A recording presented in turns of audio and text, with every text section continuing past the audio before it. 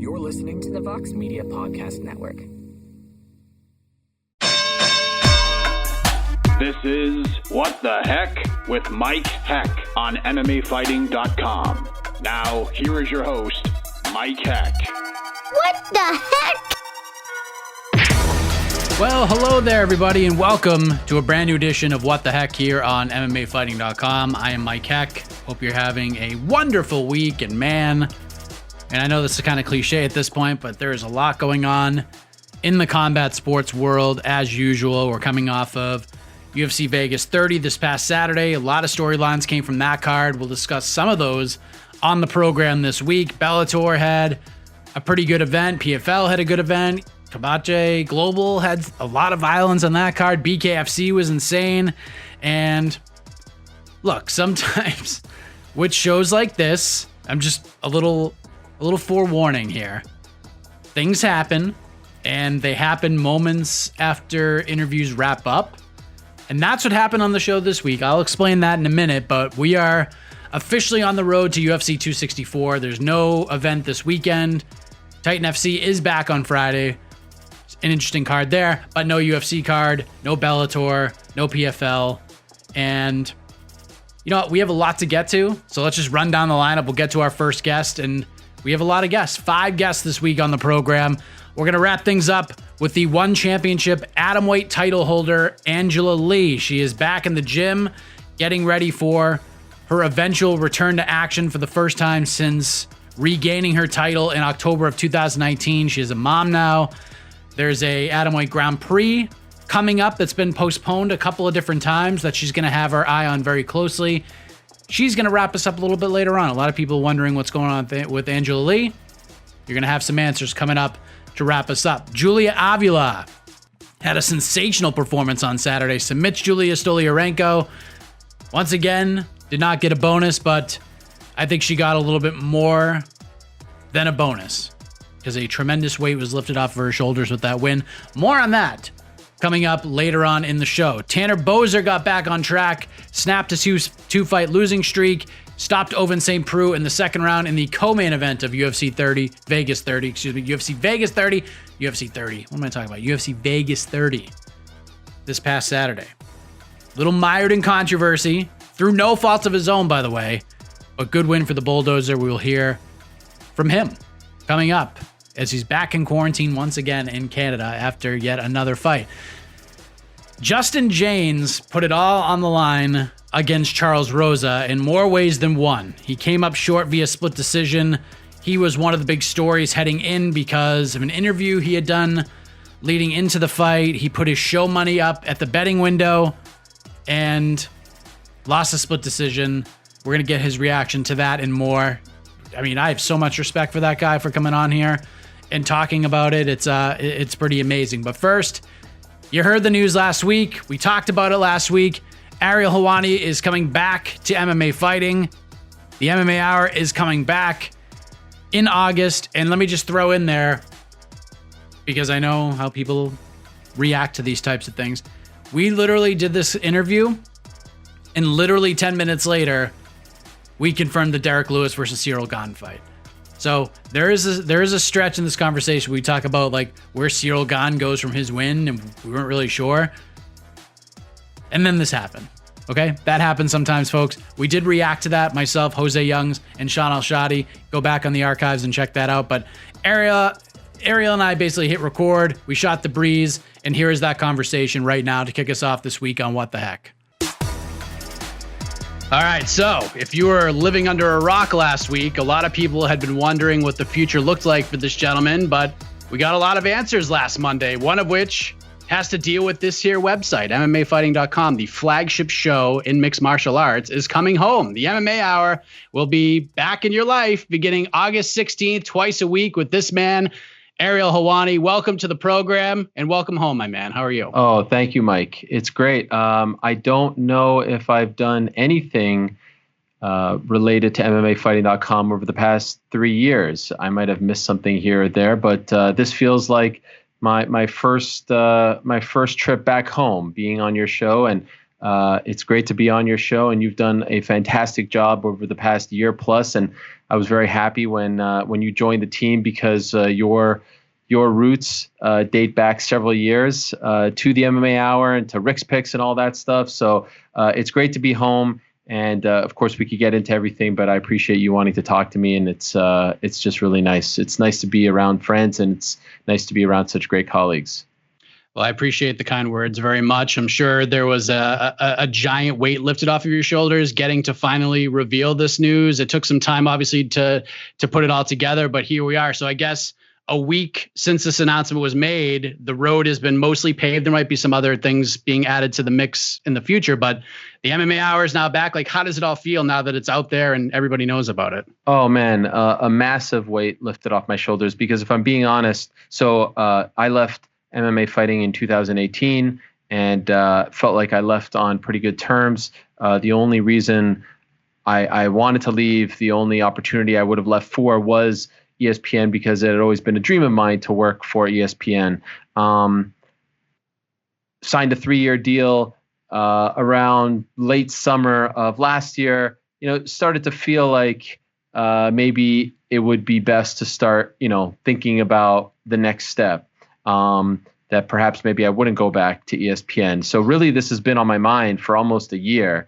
And things only really ramped up at the beginning of this year. And then once they ramped up, it was constantly on my mind. So at times, like I would say to my wife, I can't wait till I could just go back to worrying about if I can get so-and-so on my show or some, silly fight news that no one cares about in the grand scheme of things, not my entire life and trying to plan it out. And I was trying to do something a little complicated where I was adding all these pieces together. So once it was all done, and that was not this past Thursday, Friday, the previous Thursday, Friday, that felt good. And then once I could actually share with the world what I was doing, that felt even better. And then my family and I finally went on vacation for the first time since the pandemic started to Boston.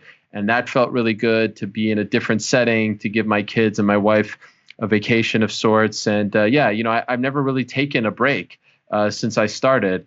And while I'll be doing some stuff here and there between now and the relaunch of the show, this is by far the biggest break of my career. And I'd be lying if I didn't say that I'm enjoying it, the sort of reset, the mental refresh. I think that distance makes the heart grow fonder a little bit. And so it's all coming at a really good time for me. I feel at peace. I was really, really stressed over the past 6 months, at times like feeling really down, feeling really up. It was like a roller coaster of emotions, but now I feel really at peace and really good about where things stand. Now that you've hit the refresh button, you're taking this little break. Did you think you would enjoy it as much as you're kind of enjoying it right now? Yes, I was dreaming of this little break because the last few months have been really, really stressful for various reasons. I mean, I think they've been stressful for all of us because of the pandemic and, change of our routine. Haven't seen my parents, my sister, my in-laws in well over a year. And so we're going to Canada soon. And I'm looking forward to that finally, to reunite with them. There's so much to catch up on. So there's all these good things happening now. It's a bit of a weird time because it's happening, usually historically early July, there's a very big UFC pay-per-view. And this one is a pretty big one. And I'm usually right in the mix for all of that. But, there will be many other pay-per-views and many other big shows. And I'll still be doing some stuff around that particular show. So there's definitely moments where I'm having FOMO and I'm like, oh my God, it's Monday, it's 1:00. I should be doing some kind of show. But again, come mid-August, I think everything will come into place. And one thing that I don't want to say regretted, but I think in hindsight, we should have done differently. And I actually kind of felt it at the time, if I'm being honest. I left MMA fighting June 14th of 2018 and I returned. I went to work for ESPN on June 15th. I didn't take any type of break. I remember it the clock struck midnight on June 14th. On June 14th, I was at a courtroom in Brooklyn because Conor McGregor was having the last kind of piece of his trial for the whole incident with the dolly. And then on June 15th, I'm in Bristol, Connecticut, starting this whole new life. That was a lot. It felt like I jumped on a treadmill going, speed 20. And then, less than 2 weeks after that, we relaunched my show and I felt like we weren't 100% ready to do it, but we just kind of did it to get back on track. And so I'm liking the idea of taking a breath, making sure everything's in place and then launching or relaunching everything the right way. So how did this idea of bringing the MMA Hour come to you? Like, was this something that you'd been thinking about for a while? Did it just kind of hit you? Like, you know what? I miss the studio. I miss doing the show. And, you have this incredible memory anyways, as it is, Ariel. Like, do you remember when that idea hit you? Like, you know what? Let's go home and see if we can do this again. Yeah, it kind of hit me, I would say around my timeline may be a tad off, but March, April, the idea started to hit me because I talked to, so like just to break the fourth wall if I can. I was represented by an agency, CAA. I have nothing bad to say about them. I was with them for a long time. I felt like I needed a bit of a change in the early portion of this process around February. And so I, parted ways with them very amicably. They were great for my career. They got me to ESPN. I have nothing bad to say about them, but sometimes you just feel like a bit of a change is required. And I felt like this was the right time as I was going into this new era. When I did that change, I started to take things on my own, and I basically took it upon myself to make a list and to reach out to everyone under the sun. I mean, you name them, I probably talked to them in some way, shape, or form. Some conversations went very well and got into like the serious territory. Some never really got off the ground. And that's when I started to decide, like, okay, I can make a little puzzle here, and I could write for these guys, and I could do a podcast for these guys, etc. And when it came, to deciding what my sort of home thing would be, like the foundation of what I was doing, the interview show that everyone has, known from me in, the past like 10 or so years, the MMA Hour, the Ariel Helwani's MMA show that I did for ESPN for 3 years. Every conversation that I had with people, I was sort of feeling that I was trying to recreate the MMA Hour. So I would ask them questions that, in my mind, I'm like, okay, I have the studio, I have the set, I have the personnel, I have the platform, I have this and that. And I kept talking to people, and I kept trying to recreate this vision of what I once had, because I loved that show and I loved that set. I only got to stay in that set. I only got to work out of that set for a year, and I helped design it when it launched in 2017. And so I never really felt like I truly got the most out of it. And then it kind of just hit me. I was like, why don't I just go back? Like, what, it's all there. The people, a lot of the same people are there. Vox couldn't have treated me better when I was there. Why don't I just see if there's an opportunity? And that's when I reached out to Brian Tucker, who's, the head honcho over at MMA Fighting and does way more than that, oversees all the combat stuff as well, and probably does a million other things that I don't even know about. And that's when the conversations really started, and they couldn't have been better and more open to it all. And there was that feeling of familiarity and family and friendly faces and people that I've worked with in the past that was really, pulling me. And, there was definitely a part of me, if I'm being honest, I was like, do I want to go back? Like, I left and then you go back. Are you trying to go back to something that isn't there anymore? But over time, it definitely became very, very clear to me that this was the right move. And it also became clear to me that this was what the fans wanted. Like I've always said, I feel like I work for the fans. I feel like I'm there to serve them. And I think the reaction would back that up. They wanted this show back. This show meant a lot to them. It meant a lot to me. And so it just kind of felt like the right thing to do. What was it like going back and seeing the studio all built up? Because we saw the promo, you put the glasses on. What was that like for you? It was surreal, man. It was so surreal. First of all, the office is completely empty. There are only two people there, Paige and Joe, and they were there on my last day. So it was great to see them. And it was like they saw a ghost. Obviously, they knew I was coming, but it was like, they admitted they didn't think that I would be back. And then walking in, I just seen the Friends reunion on HBO Max with my wife. I'm not a big Friends guy, but we watched it and it was fun. And like that scene when they walk on the set and they see an old friend, it felt very similar. I just never thought I would be able to see that again. And I love that studio. I love the way it feels. I love the way it looks.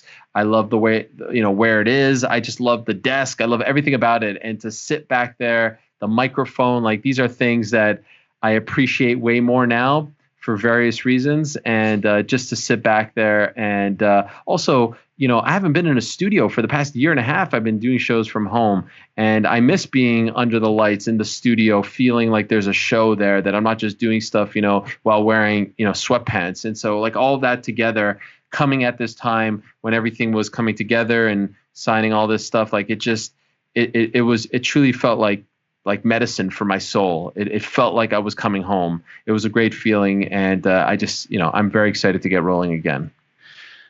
I wasn't sure if this is the way that it was going to go. Like, obviously I'm certainly thrilled about it, but I know just from doing shows like this and booking guests, like it can be a little stressful, right? But at the same token, like it's kind of fun waiting for these things to come together. There's a little bit of a rush to it, being like, oh, is this person going to come on? This person going to come on. And then they come in and be like, oh yeah, I could jump on in 5 minutes. Like, are you ready for that part of it as well, to get back to like booking these big shows, get that Sunday feeling back after big events? But now you have a little bit of a buffer too with that Wednesday show. That's got to be a little bit of a relief too. So I feel like you and I are two of the very few people on the planet who probably know that feeling, because I know that you've been doing the same sort of thing for a while now. And that's a strain, man. Like, I'll be honest with you, when the pandemic started, and we started to do DC and Helwani on Mondays instead of the regular show, it felt like a gift from the gods. Like, it felt like a massive weight was lifted off my shoulders. Even when you say that Sunday feeling, like, it kind of gives me like a tingle in the chest. And it was really tough. I mean, I've been doing it since 2009, and especially like you're flying to events and you're taking the red eye home, and now you're having to book people, and you're getting home and you're trying to like get ready for the show. Like, it's just a lot that Sunday, Monday. And I actually felt like it was starting to make me like the sport less, because I was watching events based on who I can get on the show and who would be available to me. And that's really no fun. But getting to do the second show now, and the show won't be as long, right? Because before it was like 5-6 hours, boom, there it is for the whole week. Well, now 2.5 hours on Monday, 2.5 hours or so on Wednesday. I feel like, if I can't get someone on Monday, then I could get them on Wednesday. The stress isn't as much, and the pressure isn't as high. Of course, I'm going to try to get the biggest guest all the time. But sometimes, someone's flying home on Monday, and I got to get you from the airport. Like, I really prided myself on getting the biggest names possible. Well, now if they're not available on Monday, I can get them on Wednesday and get someone else. Also, one good thing for my time at ESPN, I feel like I've become a lot more comfortable with sharing my thoughts, with just being on my own. I feel like I've gotten, that sort of confidence. Before, I wanted to, pack the show from start to finish with guests. And now I don't necessarily feel like I need to do that as much. So there's definitely a lot of good things that came out of the experience. And I miss booking the guests. I miss the rush of getting the big name. I miss the rush of being live. I miss the rush of like everyone watching you on YouTube or whatever. All of these things I think are really good. And again, I just felt like the fans missed it. I felt like the fans missed that show. I would love to hear from the European fans. They say like they're having dinner. It's like 6 o'clock and they're watching the show. Like, that all meant a lot to me. So I'm ready for it. And I love the fact that it's on now twice a week, because now I don't have to stack the show on Monday as much. Is there anything that you want to be different about this iteration of the MMA Hour? Like, obviously the interviews are going to be the focal point, but is there any other elements that you want to add to it as well? Well, I think that I will give myself a little bit of time. Maybe it's at the beginning of the show, maybe it's at the end, to give my own thoughts. I wouldn't do that as much in the first iteration. One thing I keep thinking about is when the Winnipeg Jets, the hockey team, left. So the Winnipeg Jets left to Phoenix to become the Phoenix Coyotes. And then later on, the Atlanta Thrashers moved to Winnipeg like some 10, 15 years later. And one thing that always stuck with me was when the Thrashers moved to Winnipeg and the Winnipeg Jets were reborn, they changed the logo, they changed the whole look of the team. And I always felt like that was a big mistake, because the fans really missed the old logo, the team, the nostalgia and all that. So I don't want to necessarily go back now and change the show dramatically, because I think the nostalgia is what is getting people excited. But there are different elements here or there that I think are worth kind of tinkering with. But at the end of the day, to me, the show is about the guests, the names, the sport. Mondays, I think, will be mostly like looking back at the weekend or the week that was, and Wednesdays will be, looking ahead. So I think it's in a good spot that way. and of course whatever news pops up, and just kind of go with the flow. Like one thing that I always liked about the show was it wasn't overly produced. It was kind of if we wanted to do an hour with someone in studio, we did an hour. If we want to do 10 minutes, like there's really no rhyme or reason, and that's the way I think digital shows should be. So there's a couple of questions that people have had since this news dropped, and I'm not sure if you can even answer it or provide any context to it. But the biggest question that I've gotten from people, especially fans of the website, is can we bring back the MMA Beat? Like you have like a dozen new roles moving forward. You're already doing the MMA Hour twice a week. Have you seen this pledge from the fans to bring back the Beat? Like, is it even in your brain right now to maybe bring the show back?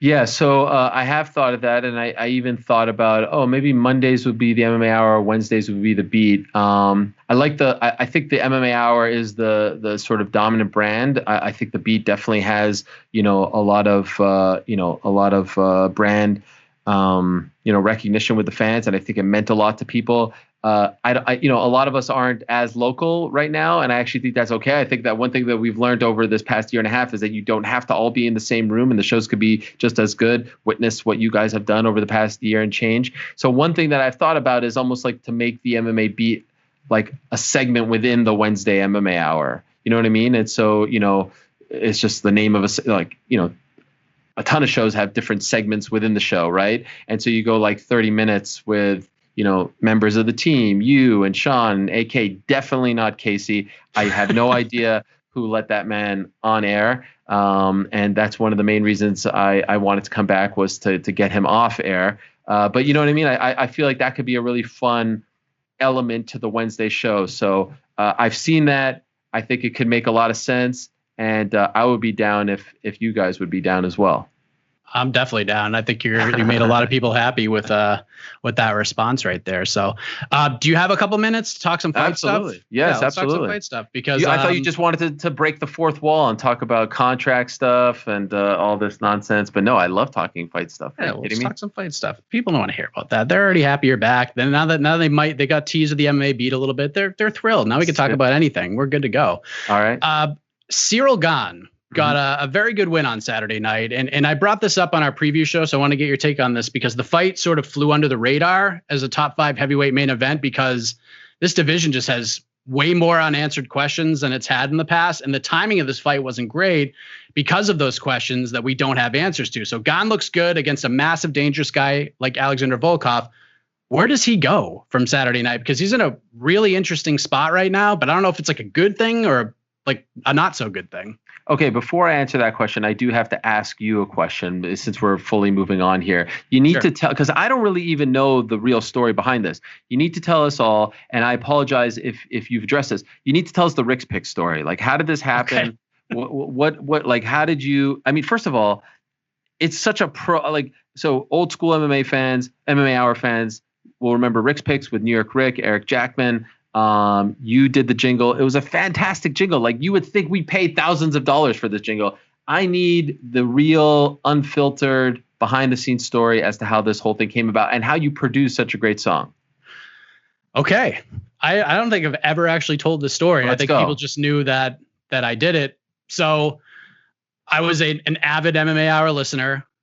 It would come out on Monday. It was just the perfect amount of time too. Like some people would be like, oh, it's 5, 6, 7. That's perfect for me. That got me like the ride to work, ride home every day. So I was good to go. And I heard you guys talking about possibly doing a theme song, and Rick had been on like my podcast a couple times to do like some fight pick stuff.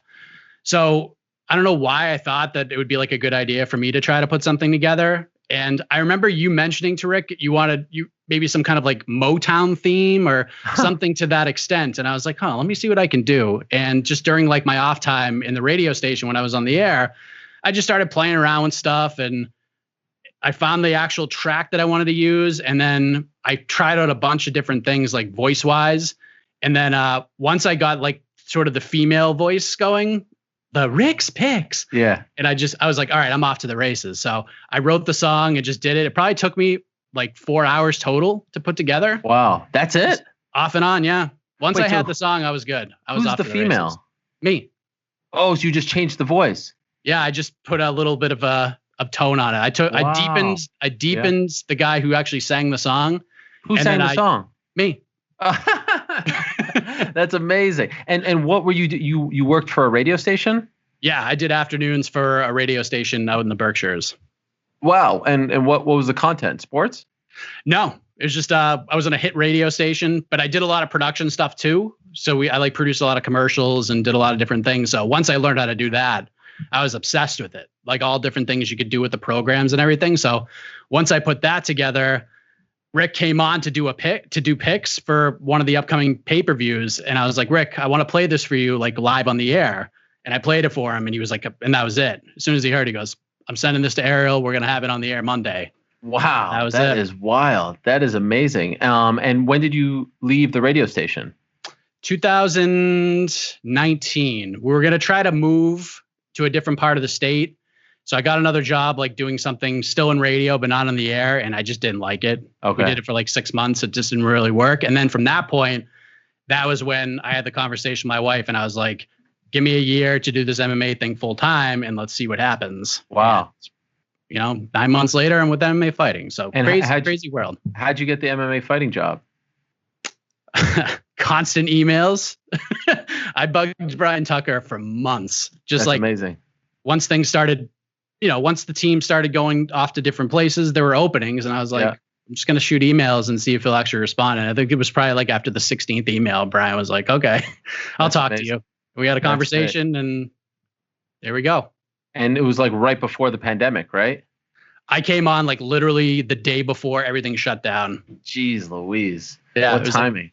It was crazy. It was a little worrying for the first few months. I was like, oh man, like I just got this, and I wouldn't understand. I mean, I would completely understand if. No, dare I say they got really lucky because you have that radio background, you have that hosting background, that presence. And so doing things from home, doing things from a studio, it doesn't matter. So I would say that they were just as lucky as you were to get you at that exact time.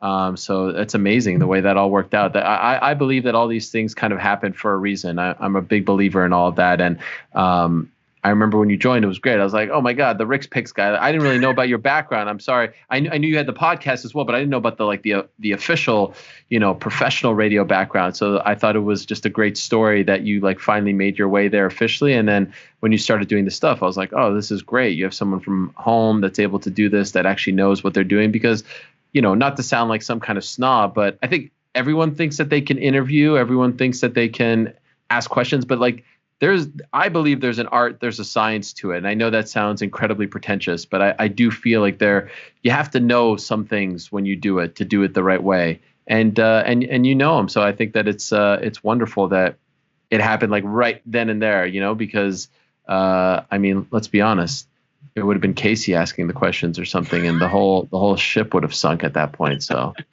I hope they're treating you well. Yeah, I can hear you guys.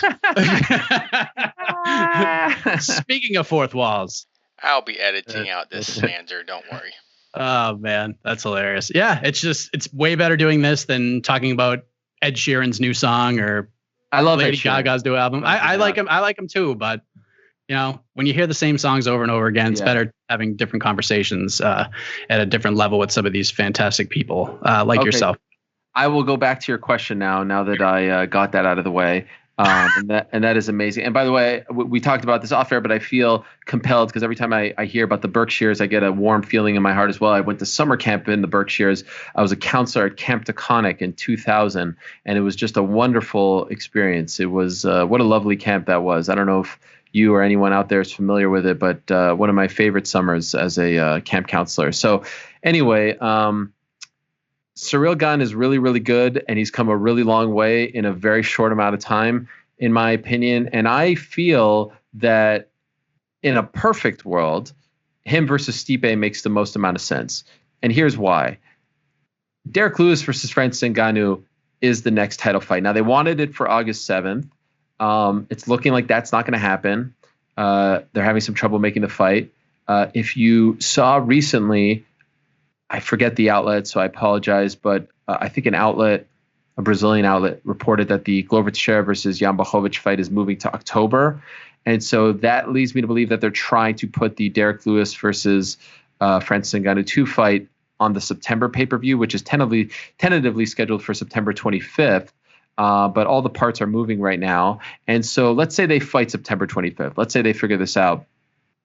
I think that Jon Jones should fight the winner of that fight. I think it's a big mistake to have Jon Jones fight anyone but the champion when he makes his heavyweight debut. Obviously, Jon versus Stipe makes sense, but to me, you want the greatest light heavyweight champion, arguably the greatest champion in UFC history, to move up. I think he should fight for the belt. I think he's earned that. So let's say they fight end of September. Let's say the winner of that fight is only ready in, I don't know, January, the earliest, maybe February. Okay. Now, all of a sudden, you have Jon Jones fighting the winner of that fight January, February, and then the winner of that fight is probably only ready July, August. Like, is Stipe really going to sit out that long, a year and a half? At some point, I feel like Stipe has to fight someone other than the champion, right? Like, he can't just fight the belt. And he's the greatest, heavyweight champion in UFC history, the most decorated, but it would be nice to see him in a non-title fight, not because he has to earn his shot, not because he has to prove anything to anyone, but like the train kind of has to roll along. And I don't want him at this point in his career, he's getting up there in age, to just sit out. So I feel like Ciryl Gane versus Stipe Miocic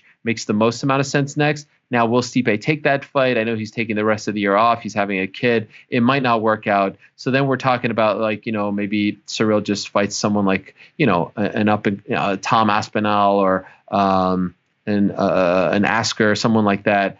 Obviously it feels like a bit of a step backwards after beating someone like Volkov. But I think he's in that conversation. But I really do feel like it should be Lewis and Ngannou. The winner of that fights Jones. And then the winner of that fight, the Jones versus the winner of Lewis and Ngannou, fights the winner of, in my opinion, what should be the Stipe versus Ciryl Gane fight. That's what I would do if I were in charge. But heavyweight is kind of very fluid right now, and especially with the Jones situation. Like, what if they can't come to terms with Jones? Then that changes everything. Yeah, I wonder, in the immediate aftermath, I was like, I wondered if he should have just called out Stipe. Like, I know Gane's not like a big trash talker, but I wonder if he just said the name because, even if he didn't get the fight, he at least put it out there. It looks good to the fans and it looks good to the UFC that he's calling for a fight like that. And you take a roadblock potentially out of play to get to the title. So if you go in there and you beat him, you eliminate one of your potential hurdles, you leap over it, and now you're even closer to the title than you were before.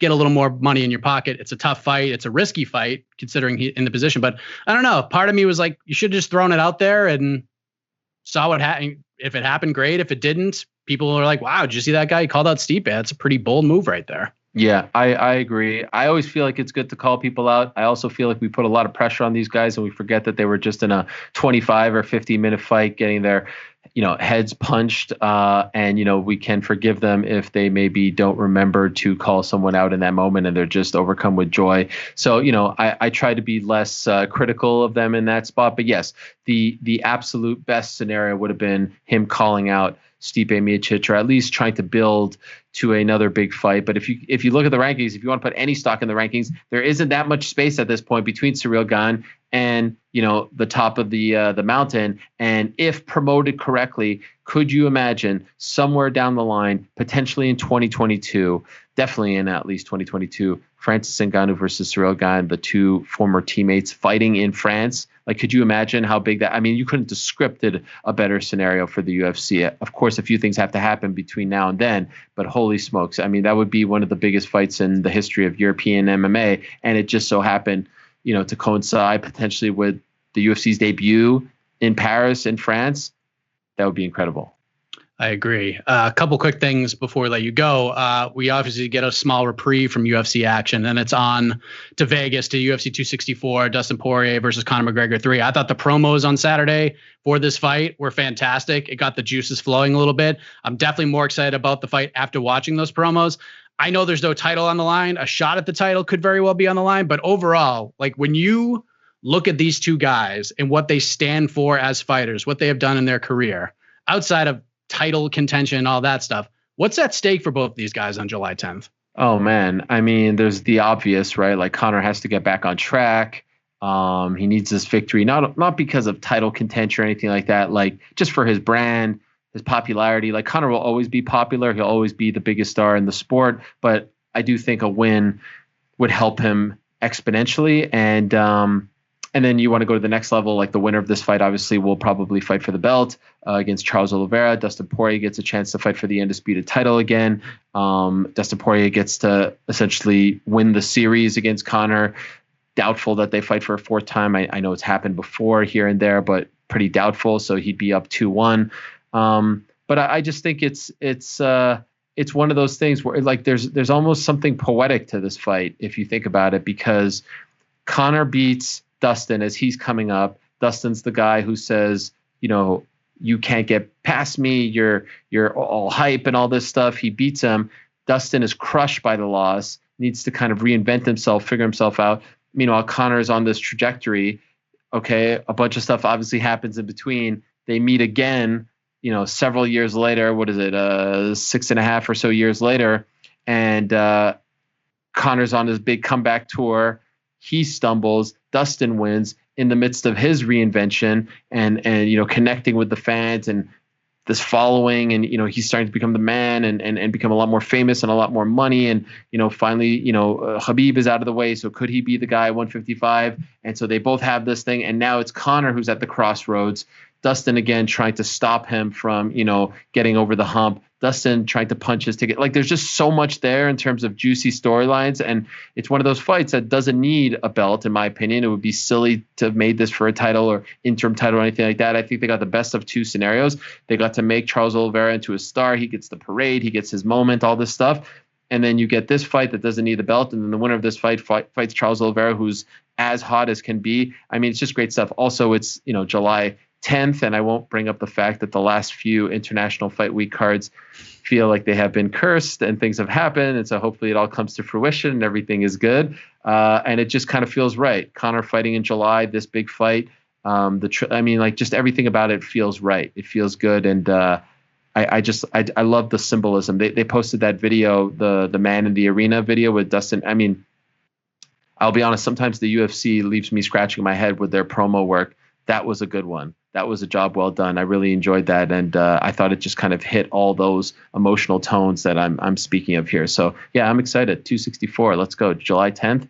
Always been a great weekend for the sport. So hopefully it's another great one. There you go. And then last thing, I do want to touch on Wonderboy Thompson and what he's got going on that card in the co-main event. The whole card is ridiculous, but Gilbert Burns versus Stephen Thompson is a great fight. Wonderboy can get a big boost with the win here. Burns is kind of defending his spot, so to speak, because Usman's the champion, and that's just kind of where he is right now after the February fight. But for Wonderboy, if he wins, the fans are behind him to get back to a title shot. Where does it put him in the queue? Like, is he just right behind Colby? Does he jump Colby? Is he still behind Leon? Like, what does a win for Wonderboy do for his title aspirations on a short-term level?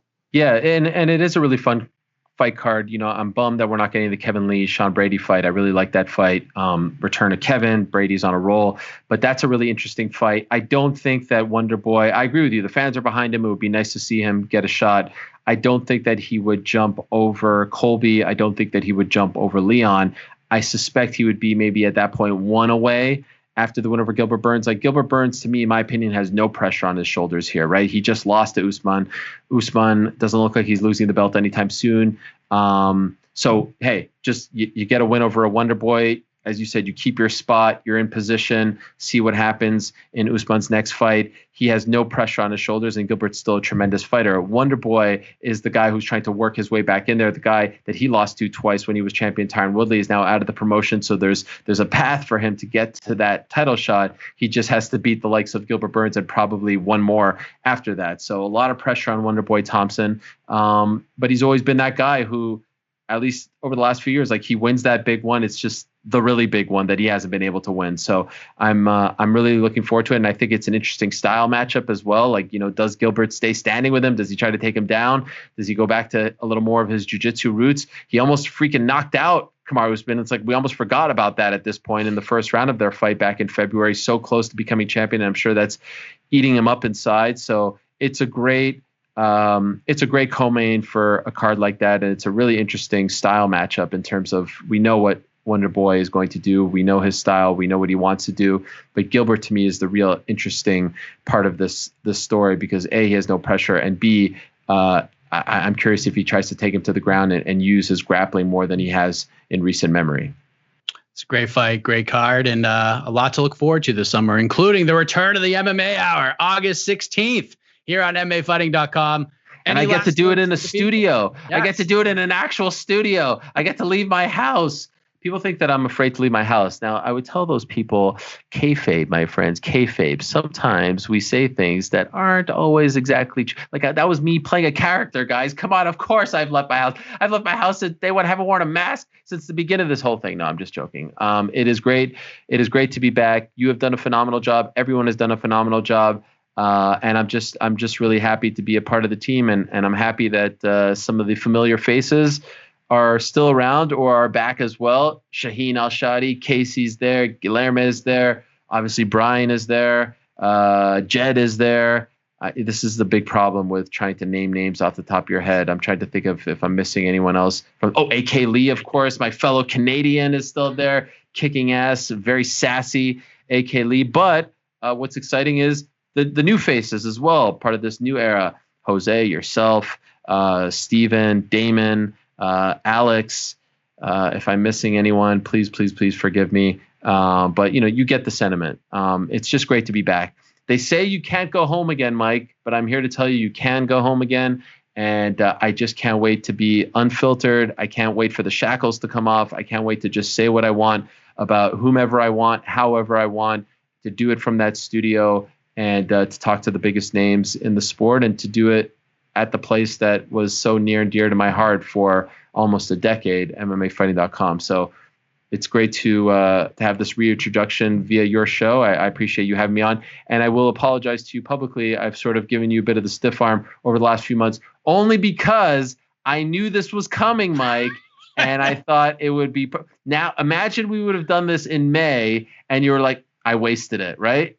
Isn't it better now? Didn't it all work out? It all worked out. It was a little to the fourth wall. The last time, because I've been bugging him. I've been bugging Ariel for months to come on Between the Links and go up against Jed or some of the other folks that we've had on the show. And normally it's, I got to go do the NBA. You got to do these things to do. The last one was a 1-word response and you just said soon. And I was like, oh, what does that mean? I was like, and then when I found out, I was like, well played, sir. Well played. Yes. And if I'm being honest, like, look, when you're an A-lister like myself, you can't, grapple with jabrones like Jed Meshew. I mean, let's be honest. They get I would be sort of like, could you imagine me versus Casey on a show like that? I mean, could you imagine, like, you would never see John Cena going up against the Brooklyn Brawler on Monday Night Raw. It just doesn't happen. So, like, once you guys find an opponent that's sort of at my level, knowledge, skill-wise, then maybe I will consider the invitation.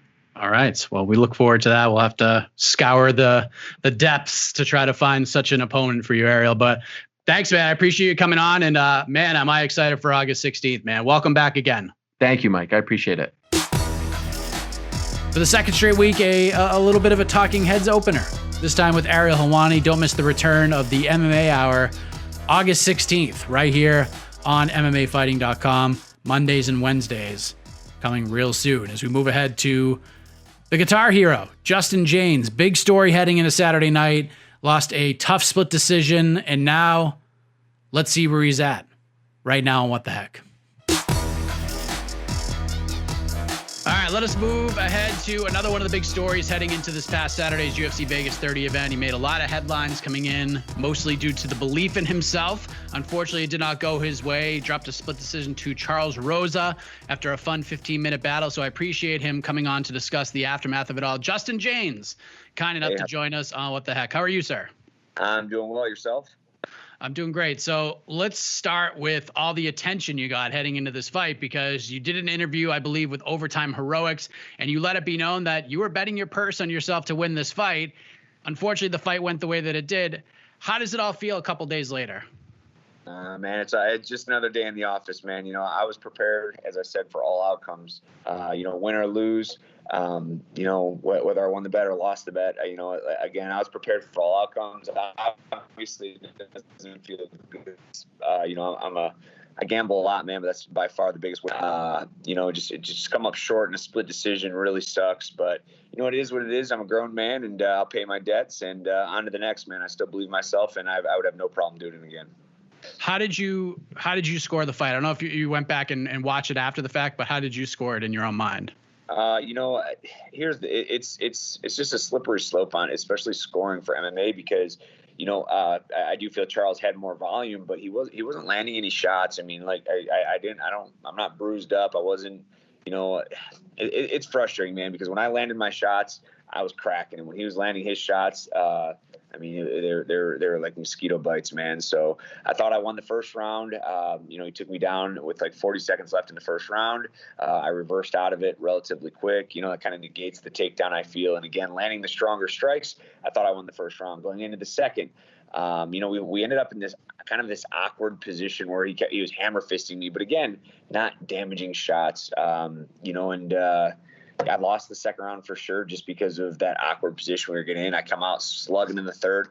I knew he was hurt, and I'm getting a lot of criticism for, why did you take him down? Well, after I'm finishing with that flurry, although I am cracking and, my punches are slowing down, we've been fighting for 15 minutes. The lactic acid is filling up, in my arms, and I could feel my punches slowing down. I started hitting him in the forearms, and then we just were so close. So I took him down knowing that, or assuming after watching Bryce Mitchell that he'd give me a side choke, and sure as shit, he gave me the side choke. And, I knew I had to finish the side choke, and I thought I had a better chance finishing the side choke than actually putting him down on the feet. So, try to use a little bit more fight IQ than I probably should have. And it is what it is, man. It's heartbreaking, but I'm not shook by it. Hindsight obviously is a fickle beast in the entire world, and of course in the fight game. Do you regret going for the takedown? I mean, I know it happened. It is what it is. But if you could do it again, would you have kept it on the feet? I don't really know. We can always say what we could do or what we would have done, but what if I would have finished the side choke? Then I would have been a genius. Everyone's like, oh my God, I can't believe you took him out. Oh shit, he finished side choke. It's, again, watching the Bryce Mitchell fight. Bryce had him in the side choke a whole bunch, like 5 or 6 times. I felt with him being tired, I could hear him breathing hard. I felt with him being rocked, that I was strong enough that I could, finish it. So I can't say I regret it. On the feet, it's, again, man, fatigue was setting in. My punches were slowing down. I'm not sure if I could have finished it. Maybe I could have, maybe I couldn't have. But again, it's just one of those things, the people love you if you win, they hate you if you lose. Again, if I would have finished the side choke after I took him down, I would be the smartest fighter. My fight IQ would be through the roof. Obviously, since the submission didn't go through, I'm, the dumbest fighter in the UFC. So it is what it is, man. And, I can't say I regret what I did, because, that was my 72nd or 73rd MMA fight. So I feel I do have a pretty high fight IQ. It was just happened to be in the circumstance of, after I threw that right hand, my shoulder was so close to him. It was just almost reaction just to grab onto him. And then when I took it, he went down so easy again because he was rocked. And again, I thought I could find the submission and get the dramatic win, but it is what it is, man. I don't have regrets in the bet that I placed. I don't have regrets in the decisions I've made. And, hopefully that, me believing in myself inspired someone else to believe in their self. And at the end of the day, that's what I'm going to chalk it up to. It's money comes and goes, but belief in yourself needs to be permanent. Was it, do you think the choke was close? Did you feel like he was fading and it was just a matter of time? Yeah, well, it was very, very tight choke. I was listening to his breathing. Charles is a black belt in jiu-jitsu. It's not the first time he's been in that bad position. He was talking on the phone. He had his hand up. And I was ready for that. But again, I thought I was strong enough to, with that amount of time left in that circumstance to be able to finish. I was listening to his breathing. He was having a hard time. He was having labored breathing, and unfortunately, just didn't work out for me, man. What was the conversation like between the second and third rounds? Because you came out guns blazing. It was almost like you knew you needed to get the finish, like you sort of alluded to earlier. But what were your coaches saying to you before you went out for the third? That I needed a finish. That's all I remember him telling me. And I'm always looking for the finish. I don't coast to the finish line.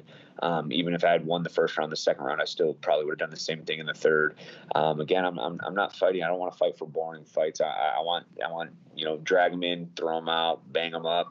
Fights, I probably could take some guys down and lay on them for 15 minutes and grind out these decisions, but unfortunately my ego gets the better of me, and I want exciting fights, and I want people to be excited to see me fight, and to watch guys just be taken down and lay down is very boring. And I told myself before this fight that I was going to make it a boring fight, but once I got in there, I got all the adrenaline, and I threw that game plan right out the window. And if I had any regret, I'm not going to say I regret doing that, but I guess I could have been a little smarter about it. Try to make it a more boring fight, more care about the win than the excitement. But it is what it is, man. Fighting, I fight for fun. The money's great, but it's. I wanted it to be exciting, and hopefully it was exciting. Yeah, I mean, the storyline heading in with the bet made it even more exciting. It was one of the biggest talking points of the entire card. Did you think that this would become such a big story heading into the fight? No, and that's the crazy part, because people keep saying, "Oh, you this is a publicity stunt." Listen, I don't care if you believe me. I don't care if you don't believe me. My family knows that. I fucking lost. Like, don't you think, like, if this was a publicity stunt, I would have been raving about this weeks prior? There was no mention of it. I only mentioned it to the one podcast, Overtime Heroics. I believe that might have been the only person I mentioned it to. Then ESPN picked it up and it went big. If this was a publicity stunt, I would have been going crazy about it the whole time. Like I said, again, I only mentioned it a couple times, and I barely touched on it when I did. I had no idea it was going to get this kind of hype.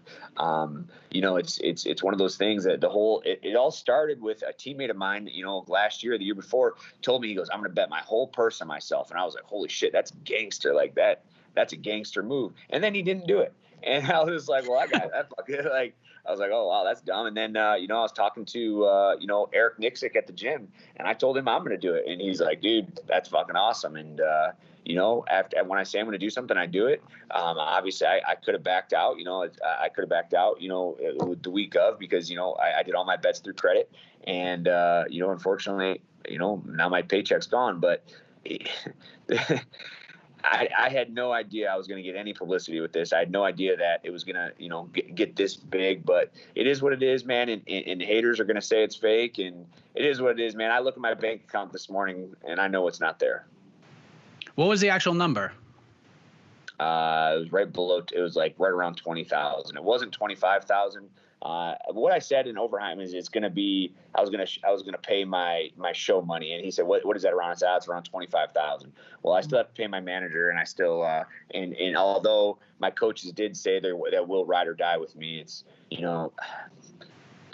I'm going to pay them too. All right, well, that's good. The reaction to this fight, the bet on yourself, it's one of those moments in our sport, especially in the aftermath, that kind of sucks, because it was such a gangster move, as you said, but it's brought out sort of the worst in some of the fans of the sport. And even some of your fellow fighters decided to, sort of pour salt on the wound, so to speak. Like, what have you made about how people have chosen to react to your situation? It's just one of those, I really just don't care. It's not their money. It's my money. I can bet on whatever I want to bet on, man. And, I love betting MMA. And every week, every time there's a UFC show, I bet almost every single fight, even if I don't know the guy, just for fun. And you know what? I thought to myself, it's like, dude, who better to bet on than a guy I personally know, and more than personally know, and somebody that I believe in more than anybody. And when I'm digging through the trenches in the middle of a fight, when I'm tired, this is what was going through my head. There's plenty of times where I was tired or sore in training, and it's like, oh, I'm going to take the day off. It's like, oh, hell no, you're not. You got a lot of money on this fight. This is at least, shit, it's definitely the biggest bet I've ever made. Maybe 2 or 3 times the biggest bet I've ever made. So you know what? I don't know why people are so upset about this. People are saying, "Oh, you scammed me. You got me to believe in you. You got me to put all my money on you." Here, that's a you problem. I have my own problems. I just lost a fight. I lost my purse. You don't hear me going after people and blaming other people for my decisions. And I think that's very immature, whether it's a fighter, whether it's a fan. Let me do what I want. And if you want to follow, that's on you, and that's not my problem. So people, you made this massive bet on yourself. You bet your show money, essentially, outside of what you had to pay your managers and your coaches, and people are actually blaming you for this. Oh, yeah. It's because insane. they bet on your belief. That's insane. Yeah. This one guy hits me up, and he tells me that it was he's like, "You're running a scam. You scammed all these people to bet on you. Be like, by saying that you believe in yourself so much, you're giving a false sense of confidence in these bettors, and you scammed them. I'm like, motherfucker, like, how did I scam you? Like, I don't get anything for you losing money. What the hell are you talking about, man? I lost. And you know what the worst part is? It's like these guys probably put me in like a $20 parlay or a $50 parlay or bet $100 on me. Like, I just bet my income for the next 5 months, you know what I mean? Or 4 months, or, you know, until I fight again. You know, it's like, man, get the fuck out of here, man. I don't have time for that shit. And you know what? My favorite is, you owe me. You owe me. Collect 4055 West Sunset there, Monday through Friday. Whatever you think I owe you, come get it. Wow, that's hilarious. How many DMs did you think you've gotten? Like, have you gotten hundreds? Thousands? Maybe 1,500. Oh I mean, God. they're not all bad. They're not all bad.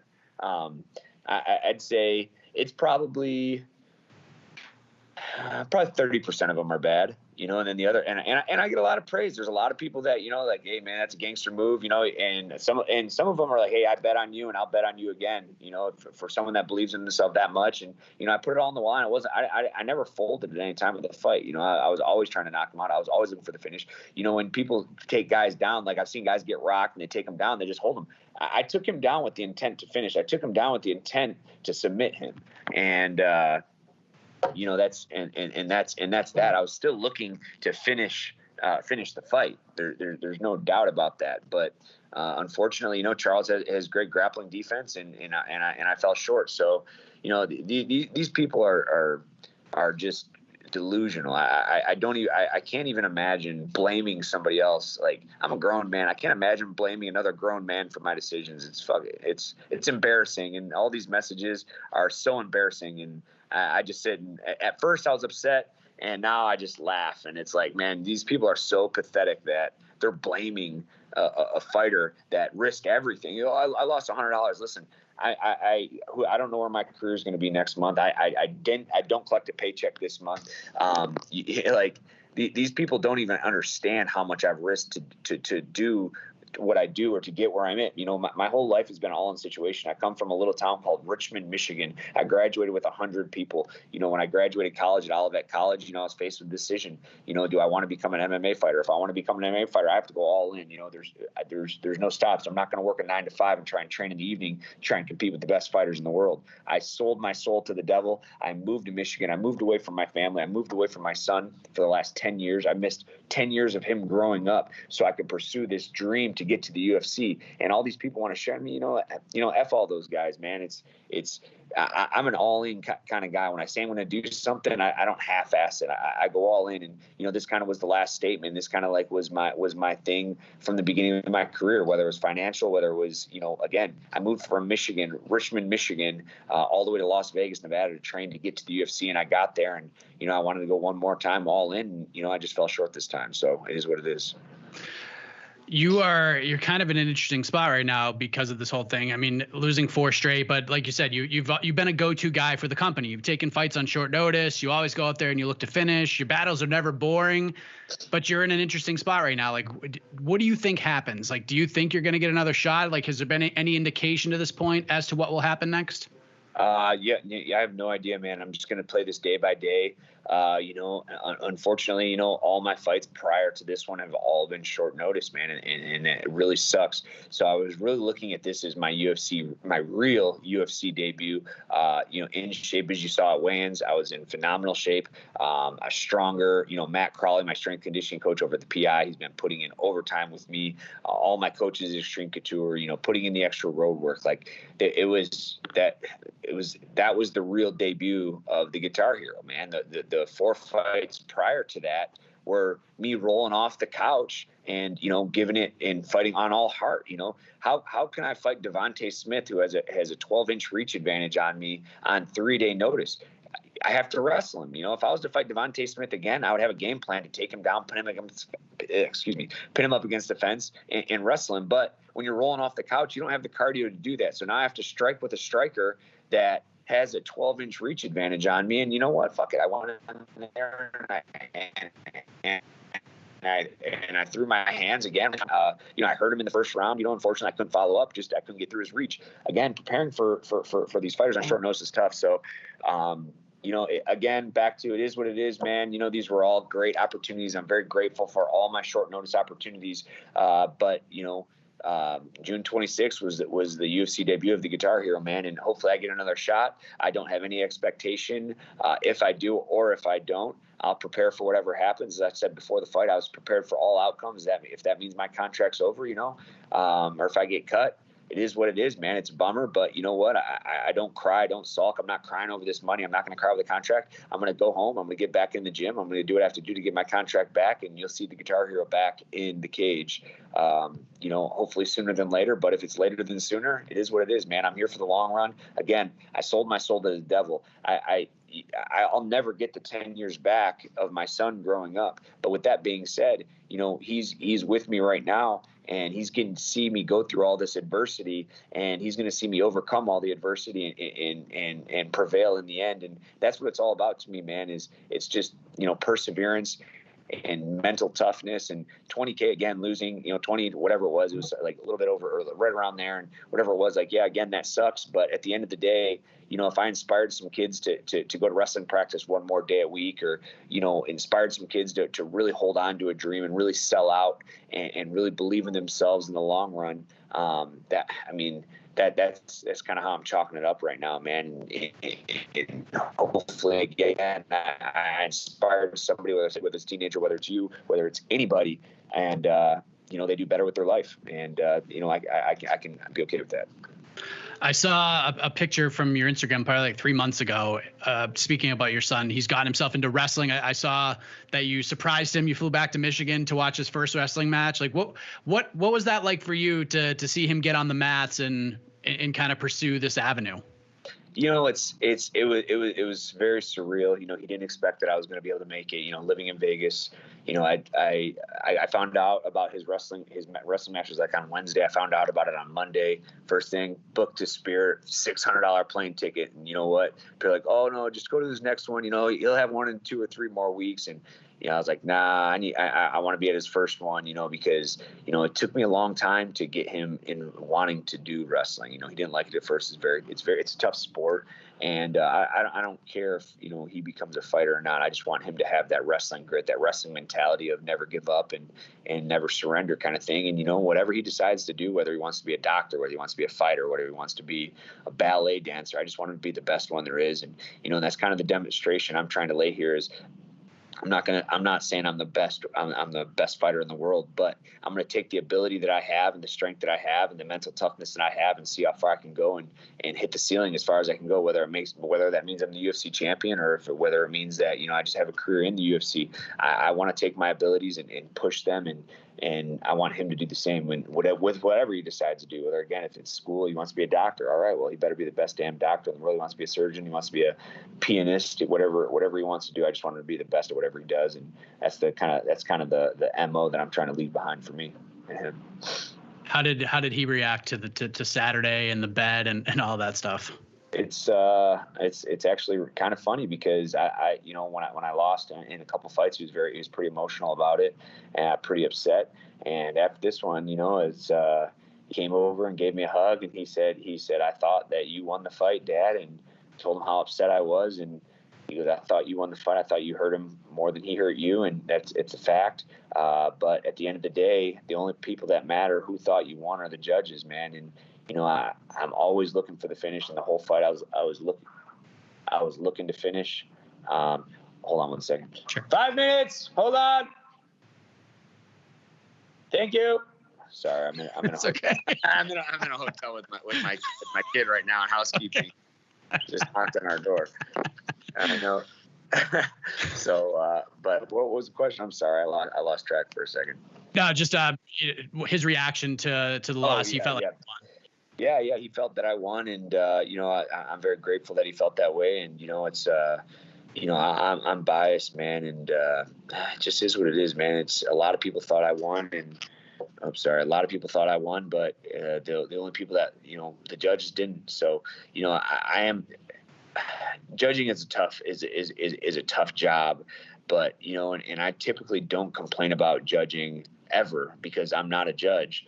But 30-27, really? I was just gonna ask you about that. Really? Like I was disgusted. Like Okay, 29-28. I don't agree with it, but I understand. I can see an argument being made. No, 30-27. What are you watching? You watching another fight on your phone? I was very disgusted. And, these judges need to be held accountable. Again, I'm not saying that, this should be overturned and this was blatantly a win. That's not what I'm saying. But it definitely wasn't 30-27. And it's disgusting that a judge would even score it like that. But it is what it is, man. And at the end of the day, I can sit here and cry to you, and I can cry to everybody about it. I don't get my money back, and I don't get in the win column, so it doesn't matter. You've had 5 fights in the UFC in just over a year. I mean, the short notice debut was an amazing moment for you, but I think the theme of this conversation in the last 48 hours or so of your life is just living your life with no regrets, like going all in, and it is what it is. How freeing is that, being able to live life that way? I mean, freeing is a interesting word to use it. I understand how you're trying to use it, but I won't get into too much detail, but when I graduated college, my uncle owns a engineering company in Michigan, and he offered me a job, and I would make a great amount of money, probably make 6 figures a year and have a pension and see my kids and see my family all the time, but that's just living, the average life. Anybody can do that, man. I want to go above and beyond. So this whole free thing, it's a very stressful lifestyle. But when you knock Frank Camacho out in 40 seconds, those moments make it so worthwhile, man. And this, like I said, losing this money really hurts and it really sucks. And, I'm going to have to, dig deep and figure it out. But, life, I like my life like a puzzle, man. I'm always trying to figure it out. I'm always trying to figure out my next move. And as of right now, I don't know what my next move is. But over the next week or so, I'll come up with something, and I'll figure it out, man. I like it because, again, like you're absolutely right. It's a free lifestyle. I do what I want when I want. But in circumstances like this, when you come up short, the highest highs and the lowest lows, it's like when I fought Frank Camacho, it's like I'm going in there and I'm swinging as hard as I can. And, maybe I get knocked out. Frank's a great fighter. Maybe I don't. And, fortunately, that was the highest high, and this is one of the lower lows. But again, I pay my debts. I knew what I was getting into. I was prepared for all outcomes. I was prepared to lose. I was prepared to win. And here we are lost. It's stressful. I don't know as of right this second, what's going to happen over the next couple of days, but it all works out, man. I always figure it out. And I always persevere no matter how tough it gets. And, I do it myself, man. And again, it's just going back, and I want kids to see, like the perseverance that I'm going to put myself through and maybe motivate them. And my son, like I said, he gets to be a part of all of it and see it all. So, in 10 years, if he, in whatever field he decides to go in, he's going to remember the day that dad lost all the money he had and figures it out. He's like, he's going to go, lose $100 playing blackjack one day. And he's going to be like, oh, I'm sorry. Like, oh, there was that one day my dad lost everything he had. And, and he persevered through it. And I'm going to get through this just fine. And like I've said in all my interviews, I'm not shook by this. And it just another drop in the bucket, man. I'll figure it out. And again, perseverance is my friend. So let's go. Yeah, I meant more from like a mental clarity standpoint, because most other people, like you said, like if they're in that situation, you got fans hitting you up because you lost them $100. A lot of people, they're probably taking this worse than you are right now. But like just having that mental clarity of knowing, like, I knew it, I was ready for all outcomes. That's got to be a little less weight upon you, if that makes sense. Yeah, absolutely, man. And it's funny because I talked to my coach, Roman Isbell, before we walked out, and I just felt so good. And I told him, I said, hey, man, I have no regrets of what happens in this fight. If I lose my money and I lose this fight, and he's encouraging me, of course. Oh, you're not going to lose. Oh, I'm like, Roman, I've done everything perfect. My diet has been perfect. My training has been perfect. I've been injury free. We have a great game plan. Sometimes I just get a little more stubborn in that stand and bang kind of mentality instead of imposing my will and taking him down like we wanted to a little bit. But again, at the end of the day, I did what I wanted. I came up short. And I'll continue to do what I want. And like I said, maybe next time if me and Charles run it back again, and maybe that'll happen. Maybe the UFC will be like, all right, hey, look, that was a close fight. Charles Rosa, Justin Jaynes too. Let's run it back. And you know what? I'm not opposed to doing it again and showing people that I am the real deal. And, you know, I put my money where my mouth is. You know, all these people talk about, oh, I'll whip this guy's ass. I'll whip that guy's ass. I'm going to win this fight. You know, Charles before the fight, oh, I'm going to knock him out in the first round. Like, motherfucker. For one, I've never been knocked out. And for two, you know, the closest I've been was Gavin Tucker. And for two, I don't think Charles has ever knocked anybody out, so it didn't make any sense. And you know, if you and you know, he made a meme, you know, and it was very playful, of course. There's no animosity towards it, but he made a meme. Oh, you made the wrong bet. He did like a Jean-Claude Van Damme thing, and it was like, all right, hey, no problem. If you believe in yourself that much, put your money on yourself, Playboy. I'll put mine on myself. You put your on yourself, and let's see who believes in himself more. And you know what? I heard fucking crickets, so it is what it is, man. Nothing but respect for Charles. I'm glad he was a good competitor. Very tough guy, very nice guy. But don't come at me telling me that what I've done is wrong when you don't have the guts to do it yourself. I know I alluded to this at the beginning of the show, but I'll say it again. It takes a lot of gusto. It takes a big man to not only put that kind of pressure on yourself, to have that belief in yourself, but after it all kind of falls through and you come up a little bit short, to come on here and talk all about it and answer the questions, sheesh. That is something else. I got so much respect for Justin Jaynes, and good on him. Much appreciated. It takes a lot. It takes a lot. I'm blown away as we head up north to Canada, and let us check in with the recently victorious Tanner Boser. All right, let us move ahead to Tanner Boser, who competed on this past Saturday's UFC Vegas 30 card in the co-main event. He stops Ovince Saint Preux in the second round. Back on track is the Bulldozer. How are you, sir? Oh, I'm doing all right, man. Thanks. How are you guys doing? Doing great. Big finish, back in the win column. The 2-fight skid is now a thing of the past. Now it's a chance to turn it into a winning streak the next time you compete. Would you say there was a bit of sigh of relief on Saturday once the fight was over? Huge relief, actually. Yeah, for sure. So this was wild to see get put together, because obviously OSP loses an opponent. You were put in there not long after. We learned you also got a 4-fight deal with the company upon agreeing to this bout, and you had just fought earlier in the month and you wanted to get back in quick. So from your end, like, how did this happen? Like, when did you know about it? What did you think of the opportunity of stepping in and fighting Ovince Saint Preux? I ended up having about a week and a half notice, because I got the call that it was possible on Tuesday, like a week and a half before. They said, "Did you want to fight Ovince Saint Preux next Saturday?" I said, "Yeah." And they said, "Okay, well, we'll ask him." And they said we've forwarded him asking about the bout, and should know soon. And then the next day I got confirmation that it was a go. So that's all that happened. I got my manager to ask Mick Maynard for a quick turnaround and a fight soon, and they came through. If you got to list like 100 names you could have fought, would Ovince Saint Preux have been on that list? No, because I mean, he wasn't even in heavyweight technically. He just decided to come up and take the fight because he wanted to fight. And maybe I was the only guy that would do it. And he'd been at heavyweight not long before, and then he missed light heavyweight right after. So I think UFC had some kind of cause there to try and get him to go up to heavyweight for one. But credit to him for doing it and for stepping up a weight class to save his fight. And yeah. I saw your interview with James Lynch, and because of how the world has been over the last 16 or so months, and you're dealing with it now back in quarantine, but you were still essentially in quarantine since you got back from the fight with Ilir Latifi. So what was sort of like the day-to-day like getting ready for the fight with the limited time you had before you actually headed out to Las Vegas? None. I can't leave my apartment. So I just stayed inside, and I have a pair of 40-pound dumbbells and a medicine ball. And I live on the third floor. There's people below me. It's not like I can skip, you know what I mean? I can't hide. So yeah, there's not a lot I could do, but I just kept eating healthy, and I knew that I'd still be in shape.